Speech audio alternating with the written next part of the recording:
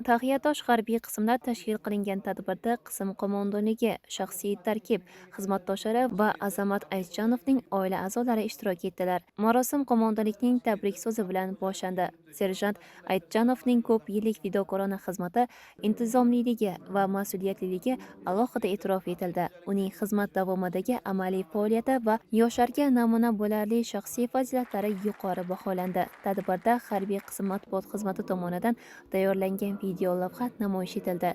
Unda serjantning xizmat yo'li, mashg'ulotlardagi ishtiroki, birinchi vijdonan ado etgan lahzalar va vatanga sadoqati yorqin tarzda aks ettirildi. An'anaga muvofiq serjant Azamat Aytjanovga milliy qadriyat ramzi sifatida chopon kiydirildi. Marosimning eng ta'sirli lahzasi serjantning ota-onasi sahnaga taklif etilgan onlar bo'ldi. Qism rahbariyati ularga farzandlarini mard, jasur va vatanga sadoqatli qilib tarbiyalaganliklari uchun samimiy minnatdorlik bildirdi va esdalik sovg'alarini topshirdi.